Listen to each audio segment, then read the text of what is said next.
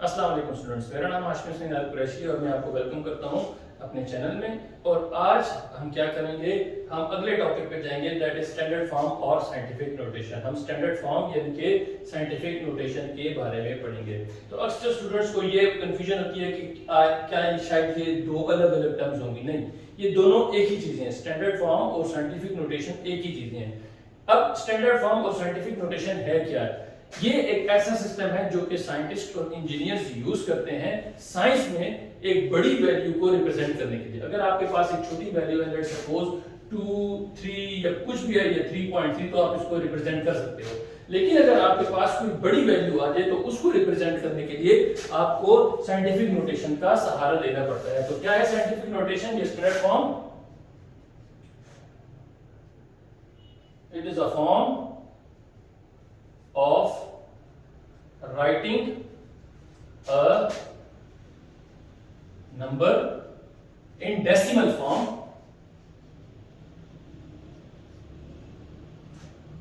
with power of 10, जिसमें आप बड़े नंबर्स को डेसिमल फॉर्म में और in the terms of power of 10 की फॉर्म में लिख सकते हो। मैं आपको एक एग्जांपल देता हूं, यहाँ पर दो एग्जांपल दूंगा और उन दोनों को फिर हम क्या करेंगे, दोनों को हम जो इसके साइंटिफिक नोटेशन की कन्वर्जन के जो रूल्स हैं उसके मुताबिक दोनों को सॉल्व करेंगे।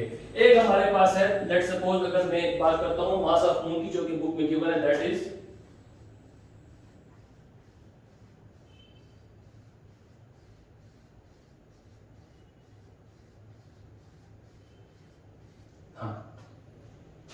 This is mass of moon KG. और इसी तरीके से अब ऐसा नंबर लेता हूं जो कि बहुत छोटा हो, एटॉमिक साइज की बात कर लेते हैं, दैट इज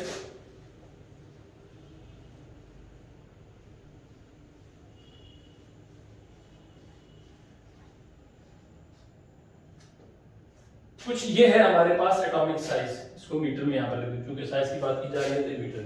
तो अब इतने बड़े नंबर्स को लिखने के लिए आप देख रहे हो कि इसको मैंने किस तरीके से तकरीबन आधे से ज्यादा बोर्ड भर गया। इसी तरीके से इस नंबर को रिप्रेजेंट करने के लिए आधा बोर्ड भर गया। तो साइंटिफिक नोटेशन में इन नंबर्स को कन्वर्ट करने के लिए कुछ एक हमारे पास स्टेप्स हैं। पहला स्टेप क्या है हमारे पास? स्टेप्स कि आपने सबसे पहले डेसिमल पॉइंट को कहां पर लेकर जाना है। डेसिमल पॉइंट को आपने एक नॉन जीरो डिजिट जो नंबर है उसके पास लेकर जाना है। तो पहला स्टेप लिखेंगे, move decimal towards first non zero digit.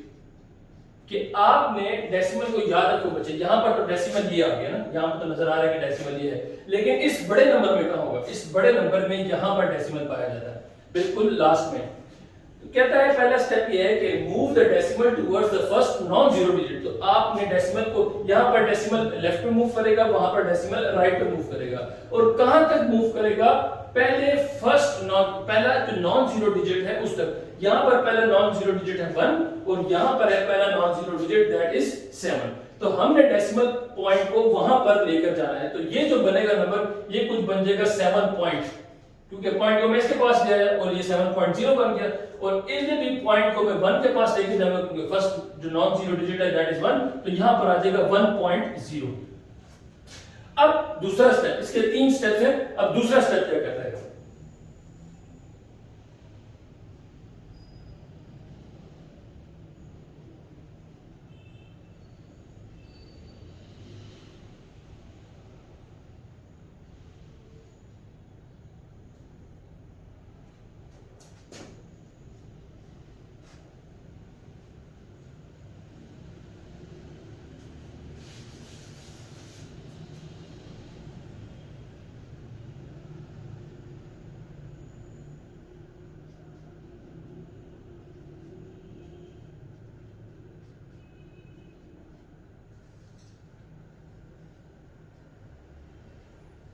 Second step कह रहा है कि if the decimal is moved left, या डेसिमल इज नहीं, डेसिमल इज मूव्ड लेफ्ट, ठीक हो गया। If the decimal is moved left, अगर तो आपने डेसिमल को लेफ्ट में मूव किया, अगर यहां पर मैं इसको हटा दूं तो मेरा साथ शायद ग्रामेटिकली ठीक हो जाएगा। If the decimal is moved left, अगर आपने डेसिमल को लेफ्ट साइड पर मूव किया, the power of 10 will be negative. तो sorry, the power of 10 will be positive, negative नहीं होगी, दैट विल बी पॉजिटिव। अगर आपने डेसिमल को लेफ्ट साइड पे मूव किया तो the power of 10 will be positive. तो यहां पर मैं लिखता हूं cross 10 raise to the power plus. अब कितनी प्लस होगी ये देखते हैं।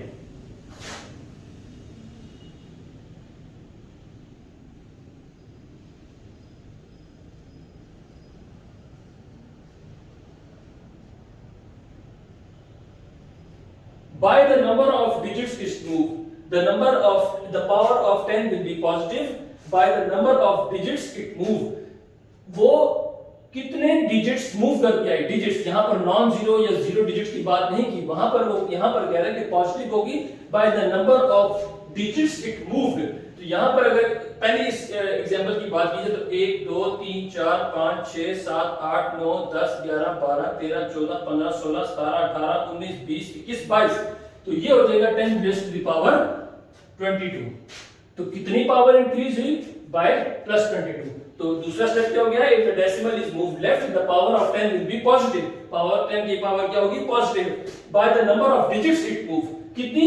ये जितने डिजिट्स को हमने मूव किया उतनी ही पावर उसकी पॉजिटिव में आएगी। अब तीसरा स्टेप क्या है इसका? तीसरा स्टेप है कि if the decimal moved right, अगर उसको राइट पर मूव किया, the power of 10 will be negative. तो पावर ऑफ 10 क्या होगी? Negative bye the number of digits it moved.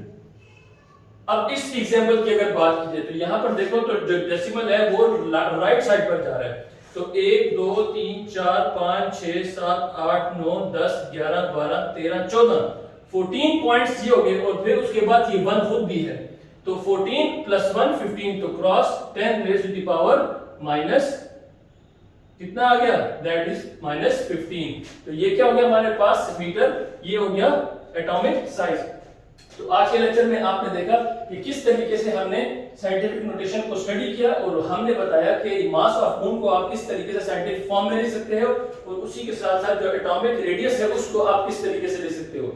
किस तरीके से? पहला स्टेप क्या था कि move the decimal towards the first non zero digit. तो डेसिमल को आपने पहले नॉन डिजिट की तरफ लेके जाना है। यहां पर 7 था तो 7 के बाद लिख दिया, यहां पर 1 था तो हमने 1 के बाद लिख दिया। दूसरा स्टेप क्या था? If the decimal is moved left, अगर डेसिमल लेफ्ट में मूव किया, the power of 10 will be positive. तो 10 की पावर पॉजिटिव होगी bye the number of digits it move, जितने डिजिट्स वो मूव करेगा।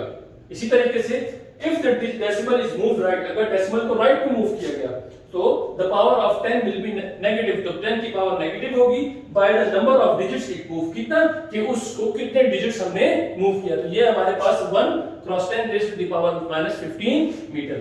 तो ये था हमने देखा आज के लेक्चर में कि साइंटिफिक नोटेशन या स्टैंडर्ड फॉर्म में हम किस तरीके से ले सकते हैं। इंशाल्लाह अगले वीडियो में आपसे मुलाकात होगी, तब तक के लिए अल्लाह।